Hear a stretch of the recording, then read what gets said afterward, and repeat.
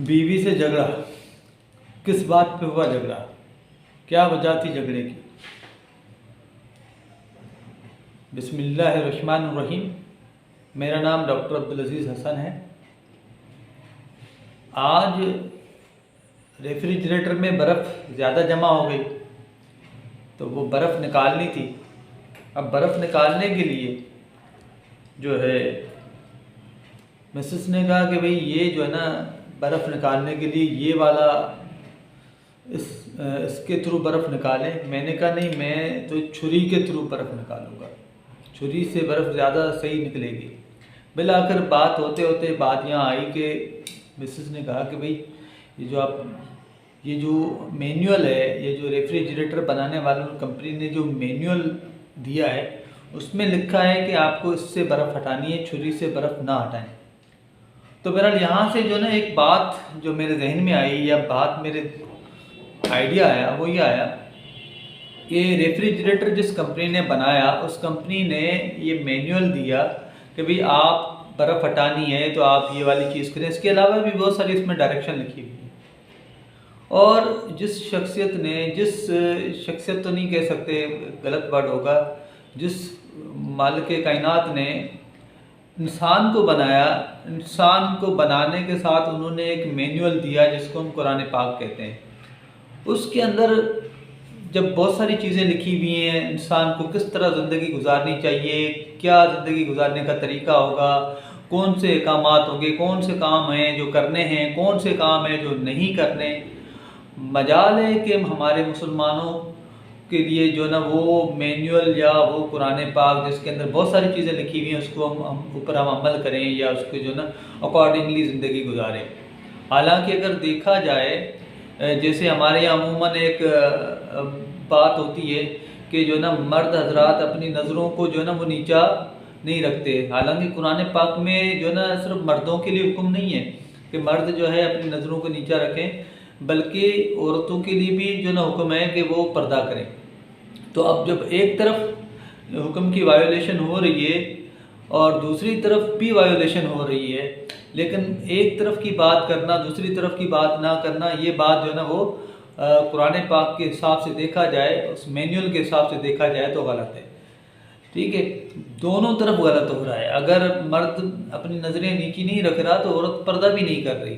ठीक है, गलत अगर मर्द है तो गलत औरत भी है, दोनों गलत हैं। बाकी जो है जब हम वायोलेशन करेंगे, जब जिस मालिक ने उस कायनात को बनाया उसने अपने मैनुअल में हमें बता दिया कि भाई औरत को पर्दा करना है, मर्द को नज़रें नीचे रखनी है। ठीक है, अब हम अगर उसकी वायोलेशन करेंगे तो लाजमी बात है उसकी, यानी अगर मैं रेफ्रिजरेटर से बर्फ़ जो है छुरी से काटूंगा तो लाजमी बात है उसके जो है नेगेटिव इम्पैक्ट्स आएंगे। लेकिन मैं अगर जो है रेफ्रिजरेटर से बर्फ़ यहाँ इस आले के साथ हटाऊंगा तो उसके ड्रॉबैक आने के चांसेस नहीं हैं, क्योंकि जिस कंपनी ने इसको बनाया है उस कंपनी ने उसकी गाइडलाइंस दी हैं कि लाजमी उसको पता है कि छुरी से काटने से उसकी धार जो है वो उसको ख़राब कर देगी, उससे जो ना कूलिंग ज़ाया होने का ख़तरा है, जबकि इससे बर्फ़ हटाने से उसकी कूलिंग ज़ाया नहीं होगी। तो बहरहाल आते हैं अपने मौजू की तरफ। तो जब हम ये वाली चीज़ करते हैं, मुझे याद है 2004 के अंदर जब हम मैनेजमेंट का सब्जेक्ट पढ़ रहे थे तो वहाँ पे एक सेक्सुअल हरासमेंट का टॉपिक आया कि ऑर्गेनाइजेशंस के अंदर ये वाले इश्यूज होते हैं। हालांकि उस वक्त जो है हमारे जहन में ये चीज़ इतनी जो नहीं थी, क्योंकि हमारे कल्चर में ये चीज़ थी नहीं, लेकिन गोरों की किताब में उस वक्त भी ये चीज़ थी। हम अक्सर वेस्ट की मिसालें देते हैं कि यार वेस्ट के अंदर तो ऐसा नहीं होता, वहाँ पे तो जो ना वो ख़वातीन या लड़कियाँ जो ना वो ऐसी ड्रेसिंग करके घूमती है, कोई देखता नहीं है। तो देखें, वेस्ट जो है ना हमसे बहुत आगे निकल चुका है। वहाँ पे हमारे यहाँ तो सिर्फ देखा देखी पे काम चल रहा है, वेस्ट तो इन मामला से आगे निकल चुका है। तो उनको देखने की ज़रूरत नहीं है, देखना उनके लिए कोई मायने नहीं रखता। ये जो वेस्ट में रहते हैं आप जाके उनसे पूछ लें, कभी कोई रिश्तेदार का या कोई दोस्त रहता है तो वो उन मामला से बहुत आगे निकल गए हैं, वो अगले स्टेप पे आ गए।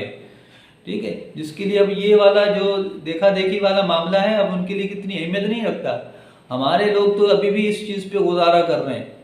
इशू ये है, अब हम वेस्ट की मिसालें देते हैं, वेस्ट में तो जो बुराई फैल चुकी है उसको तो आप रोक नहीं सकते।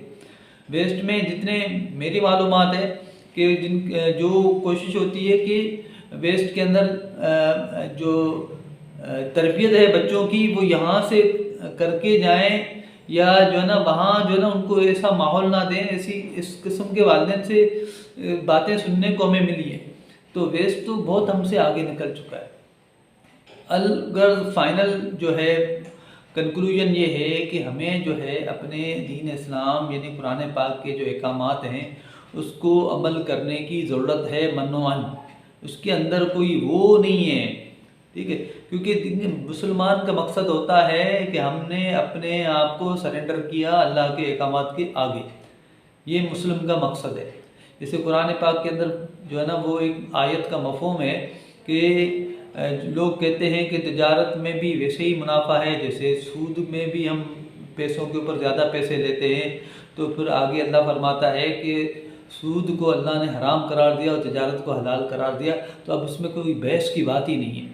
जब बीइंग ए मुस्लिम हमने सरेंडर किया तो अब कुरान पाक की जो बात है उसके वो हमारे लिए हुरुफुल आखिर है। उसमें हम ये नहीं कहेंगे कि भाई ये तो ये कैसे हो सकता है, क्योंकि जब अल्लाह ने फरमा दिया तो वो बात वहीं पे एंड हो गई, ख़त्म हो गई। अब अगर हम उसको नहीं मानते तो फिर हमें अपने ईमान का जायज़ा लेना चाहिए। बाकी अगर मानते हैं तो फिर हमारे लिए वही जो है ना चीज़ फुल एंड फाइनल है, उसमें फिर कोई बहस की गुंजाइश नहीं है। Thank you very much.